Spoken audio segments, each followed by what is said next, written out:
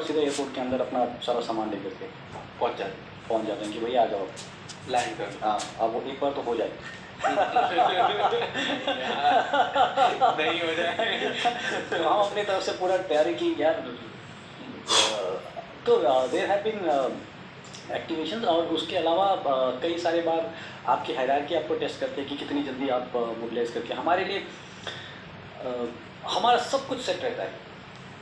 जैसे क्या? जो ये टास्क फोर्स है, वो टास्क फोर्स बिल्कुल, मैं आपको समय भी नहीं बताना चाहता हूँ कि एग्जैक्टली कितने टाइम में, बट आप सोच नहीं सकते ऐसे मोबिलाइज हो जाता है। सब कुछ सेट तैयार पूरा का पूरा, व्हीकल्स में माउंटेड रहता है।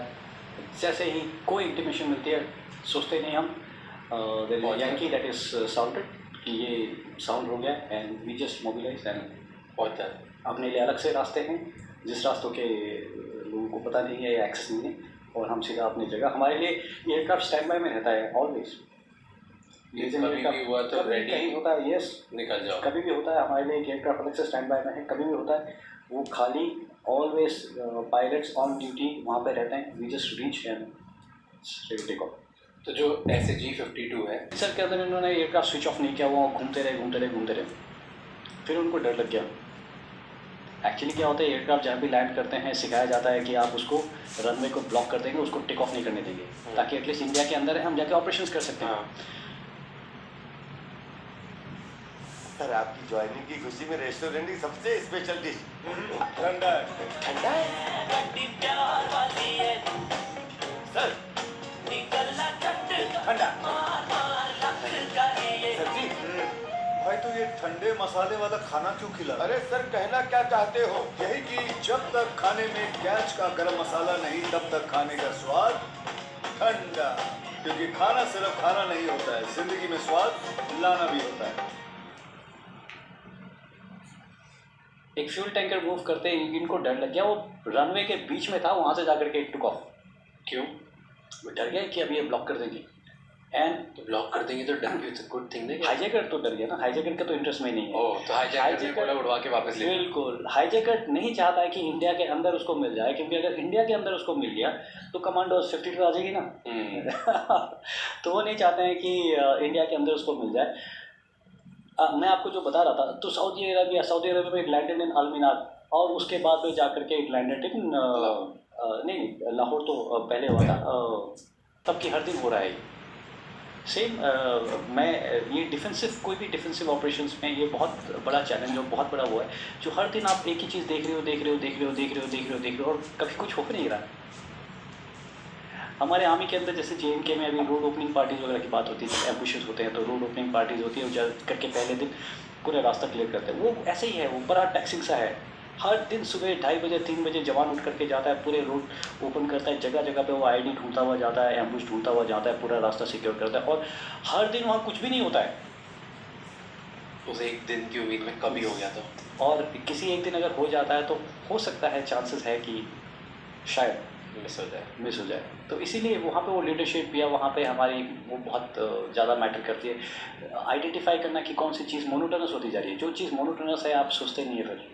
But one thing we have to give it to all of you guys is कि एटलीस्ट जितना हिस्ट्री में पढ़ते हैं और जो चीज़ें हमने देखी है इंडिपेंडेंस के बाद से आज तक, इंडिया की जो सबसे बड़ी लड़ाई थी दैट वाज टेररिज्म, और हम काफ़ी हद तक उसको टैकल कर चुके हैं। इट्स मतलब it's not easy to solve that, specially जब हमारे आसपास सारी बॉर्डर्स पे दुश्मन, हमारी बॉर्डर्स पे कोई भी फ्रेंडली नहीं है हमसे, राइट? ऑलमोस्ट एवरी बॉर्डर पे कुछ ना कुछ है। इनफैक्ट कुछ लोग तो कंट्री के अंदर से कुछ स्टेट से they were trying to do something, right? And उसके जहाँ उनको सपोर्ट मिलता है वहाँ से अगर वो असॉल्ट राइफल्स लाइक AK-47 या IEDs ला करके एयरक्राफ्ट में लगा देना, तो फिर आप फंस गए। एक AK-47 या एक IED आपके अगर एयरक्राफ्ट में लग जाता है, जो इंडिया के अंदर मुश्किल है। इंडिया के अंदर अगर हाईजैक हुआ है तो चांसेस है कि मैक्सिमम एक पिस्टल या कोई नाइफ, या हो सकता है कि एक ग्रेनेड या ऐसे कुछ चीज़ ले करके डरा करके उससे इसको दबोचना। तो आप कितने सारे पैसेंजर्स हैं, मतलब इफ यू अंडरस्टैंड, थोड़ा भी किसी को अगर नॉलेज है, ये हाथ हम ऐसे मूव कर सकते हैं, ऐसे पीछे नहीं जाता है, पीछे से आप उसको पकड़िए, break it from here. It sounds very easy for you to say it, but वहाँ पे जितना पैसेंजर्स डर जाते हैं तो बहुत चीज़ें कर भी नहीं पाएंगे। अबाउट 17 और हाईजैक्स के अंदर कम से कम 13-14 हाईजैक्स तो पैसेंजर्स ने निपटा दिए हैं। और आप अगर नहीं निपटाते हैं फिर आप निपटने वाले हैं। आज के डेट पे एक हाईजैक जैसे चीज़, हम अगर पेचीदा चीज़ या हम डेलिकेट चीज़ की अगर बात कर रहे हैं, कोई आलतू फालतू इंसान ऐसे ही नहीं करेगा। समझ रहे हैं आप? He would have good back, जितना पिस्टल है कुछ भी है, just hold his dam hand.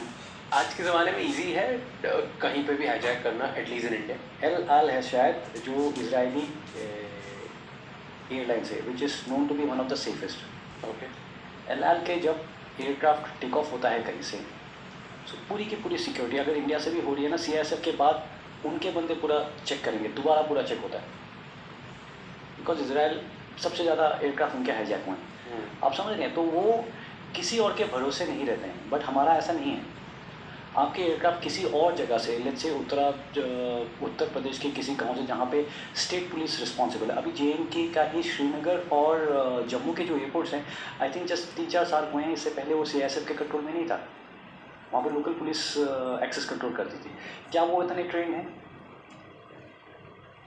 और जहाँ पे लोकल वो हो जाता है तो दोस्ती हो सकती है लोगों से, ब्लैकमेल हो सकते हैं लोग।